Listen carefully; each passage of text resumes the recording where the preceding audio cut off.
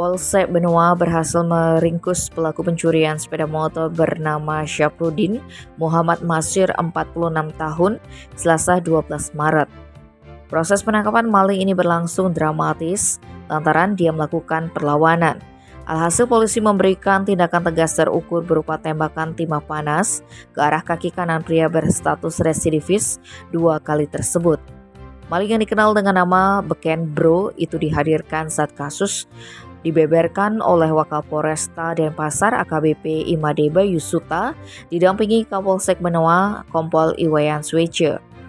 Bayu Suta menerangkan kasus ini dilaporkan Tony Cahyadi, 41 tahun.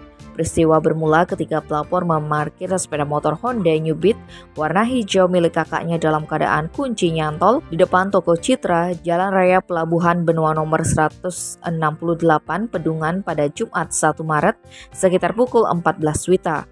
Sementara itu, 4 orang karyawan menaruh 4 handphone di samping teras toko. Tak lama berselang, pelaku datang dan mengambil motor pelapor maupun HP para karyawan, lalu kabur. Akibat kejadian ini, para korban mengalami kerugian total Rp27 juta dan langsung melapor ke polisi.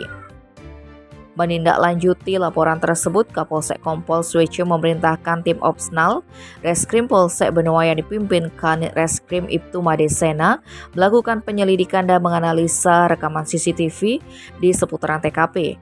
Kompol Swece mengatakan pihaknya awalnya mendapat informasi terkait orang yang membeli HP dari pelaku dan mengamankan pada Selasa 12 Maret.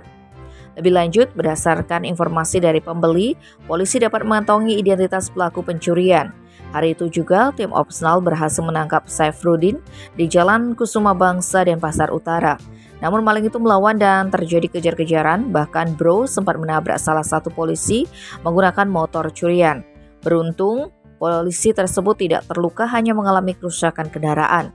Maka dari itu, aparat melumpuhkan pelaku dengan menembak kakinya. Atas perbuatannya, ia disangkakan pasal 362 KUHP tentang pencurian dengan pidana penjara paling lama 5 tahun.